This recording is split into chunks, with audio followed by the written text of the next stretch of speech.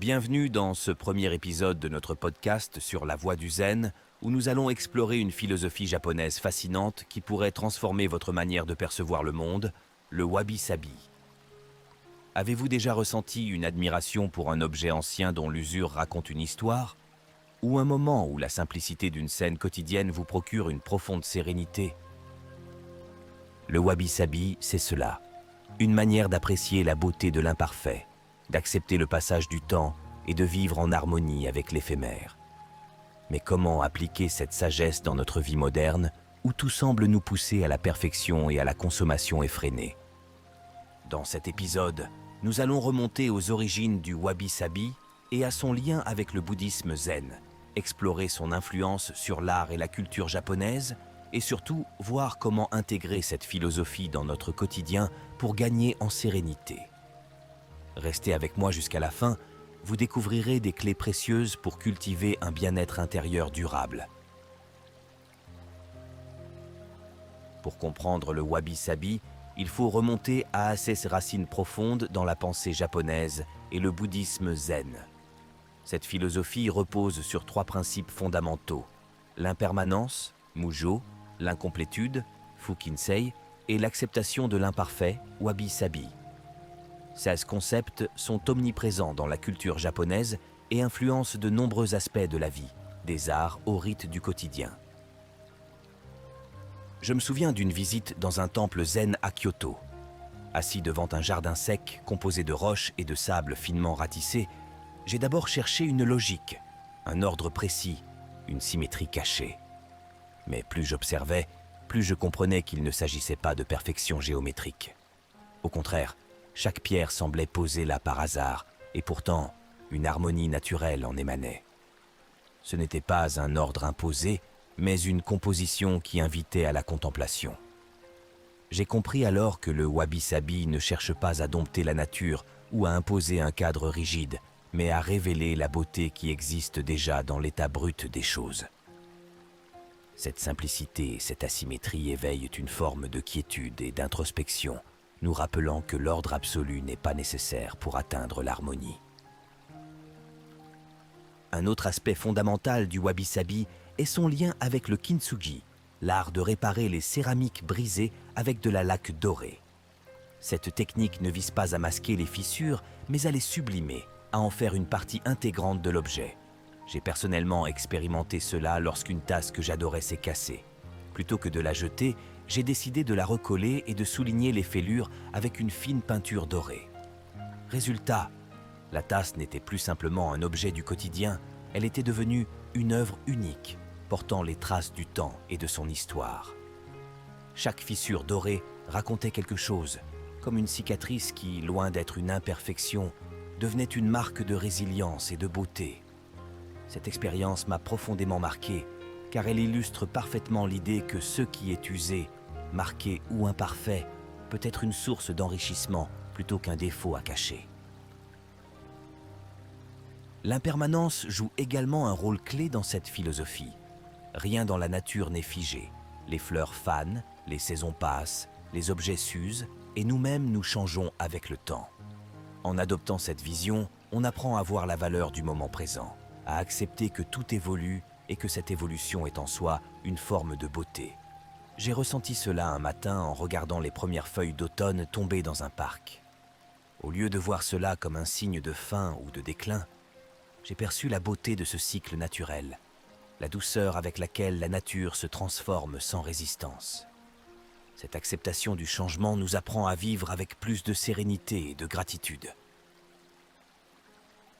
Ce qu'il faut retenir ici, c'est que le wabi-sabi nous apprend à voir la beauté dans ce qui change, vieillit ou se brise. Accepter ces transformations, c'est embrasser pleinement le cycle de la vie. En laissant de côté notre obsession pour la perfection et le contrôle, nous nous ouvrons à une vision plus apaisée et plus authentique du monde qui nous entoure.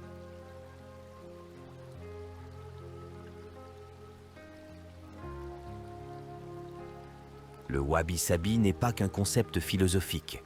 Il se traduit aussi dans l'esthétique japonaise, influençant l'art, l'architecture et même les objets du quotidien. Dans l'art japonais, Le wabi-sabi se manifeste par des peintures aux compositions épurées où le vide a autant d'importance que les éléments peints. Cette approche m'a frappé lors d'une exposition consacrée à Seishu Toyo, un maître de la peinture à l'encre du XVe siècle.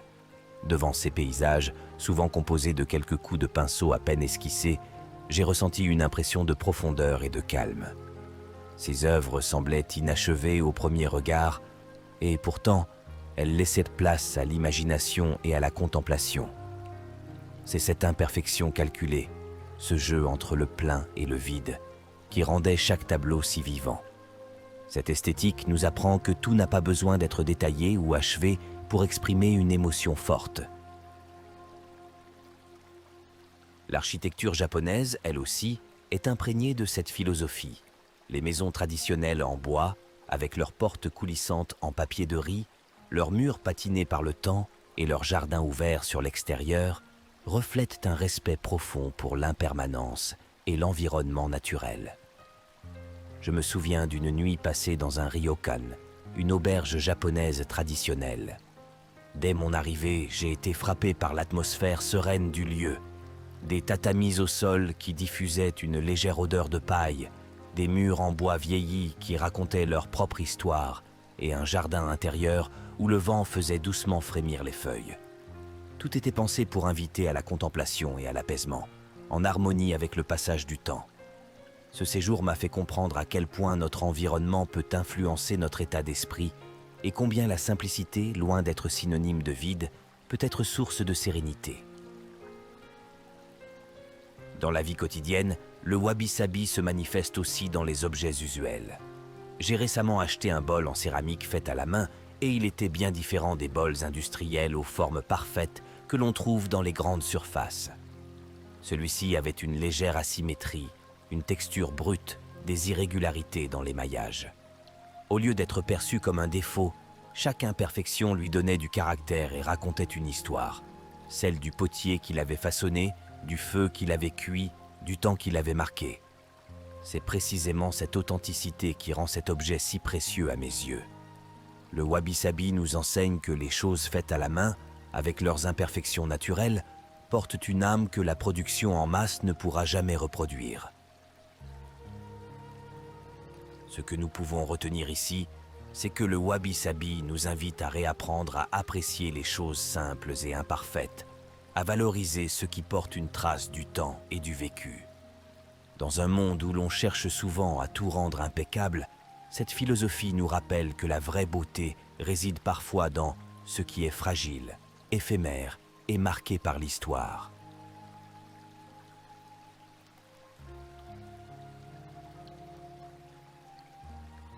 Vivre selon les principes du wabi-sabi, c'est avant tout adopter un regard différent sur le monde et sur soi-même. Ce n'est pas un simple changement de décor ou d'habitude, c'est une transformation profonde de notre perception du quotidien. Prenons l'idée de simplifier son quotidien. Pendant longtemps, j'accumulais des objets, pensant qu'ils m'apporteraient du bonheur. Des placards remplis, des étagères surchargées, un appartement où chaque espace était occupé. Pourtant, plus j'avais de choses, plus je ressentais une sorte d'oppression invisible, comme si le trop-plein d'objets créait un bruit mental permanent. Un jour, j'ai décidé de tout revoir. J'ai vidé mes tiroirs, donné ceux dont je n'avais pas réellement besoin, et ne gardé que ceux qui avaient une véritable signification pour moi. Résultat, un sentiment de légèreté et de clarté mentale immédiat. Je pouvais enfin respirer pleinement dans mon propre espace. Ce que le wabi-sabi nous enseigne ici, c'est que nous avons souvent tendance à croire que le bonheur se trouve dans l'accumulation, alors qu'il réside bien plus dans la simplicité et dans la valorisation de ceux qui comptent vraiment. Ensuite, il y a l'acceptation de l'imperfection. Pendant des années, j'ai lutté contre l'idée que tout devait être parfait. Mon travail, mes relations, mon apparence. J'avais cette impression constante de devoir atteindre un idéal, comme si toute ma valeur en dépendait. Mais plus j'essayais d'atteindre cette perfection illusoire, plus je ressentais de la frustration. Le jour où j'ai accepté que certaines choses ne seraient jamais parfaites, j'ai ressenti une immense paix intérieure. J'ai compris que l'usure d'un objet pouvait lui donner du caractère, que les défauts d'un être cher faisaient partie de son authenticité, que mes propres erreurs m'avaient façonné. J'ai un jour hérité d'une vieille table en bois, dont le plateau portait les marques du temps, des éraflures, des taches laissées par le passage des années.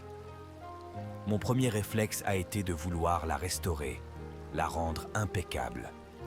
Puis, en y réfléchissant, j'ai réalisé que c'était précisément ces imperfections qui racontaient une histoire, qui donnaient à cette table son âme et son authenticité. À ce moment-là, j'ai compris que la perfection était une illusion et que c'est dans l'irrégularité que se cache la vraie beauté. Enfin, le wabi-sabi nous invite à trouver la beauté dans le temps qui passe. Trop souvent, nous redoutons le changement, nous luttons contre l'inévitable transformation des choses et des êtres. Pourtant, il suffit d'ouvrir les yeux pour voir que chaque étape de la vie possède sa propre beauté. Observer les saisons changer, écouter le bruit de la pluie sur les feuilles, voir les rides apparaître sur un visage aimé, ce sont des moments que l'on peut choisir d'apprécier au lieu de les redouter. J'ai appris cela en passant du temps dans la nature. En regardant les feuilles jaunir en automne, j'ai compris que la fin d'une saison annonçait le début d'une autre, que tout suit un cycle naturel et que rien ne dure éternellement. Ce regard m'a permis d'accepter avec plus de sérénité les changements dans ma propre vie, de comprendre que chaque moment a sa propre essence et que le bonheur ne réside pas dans l'attachement au passé, mais dans l'appréciation du présent.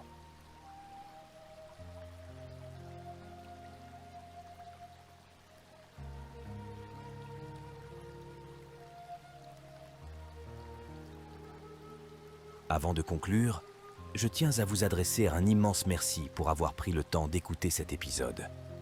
J'espère sincèrement qu'il vous aura offert une nouvelle perspective sur la manière d'appréhender le monde qui vous entoure. Le wabi-sabi n'est pas qu'une simple philosophie esthétique ou intellectuelle. C'est un véritable art de vivre, une invitation à ralentir, à observer avec un regard plus bienveillant ceux qui nous entourent et à embrasser pleinement l'imperfection de l'existence. Dans un monde où l'on nous pousse constamment vers la performance, vers la nouveauté, vers une quête de perfection souvent inatteignable, le wabi-sabi nous rappelle qu'il y a une forme de richesse et de sérénité à trouver dans la simplicité, dans l'authenticité et dans le passage du temps. Il nous apprend à voir la valeur des choses telles qu'elles sont, à accepter nos propres imperfections et à trouver la beauté dans ces marques du temps qui racontent une histoire, qu'il s'agisse d'un objet, d'un lieu ou même de nous-mêmes. Si cet épisode vous a inspiré, je vous invite à partager vos impressions, à en discuter avec votre entourage et pourquoi pas, à essayer d'appliquer certains de ces principes dans votre quotidien. Pensez aussi à vous abonner pour ne manquer aucun épisode à venir. Je vous retrouve très bientôt pour une nouvelle exploration philosophique. En attendant, prenez le temps d'observer, de ressentir et de vous laisser inspirer par la beauté de l'imparfait.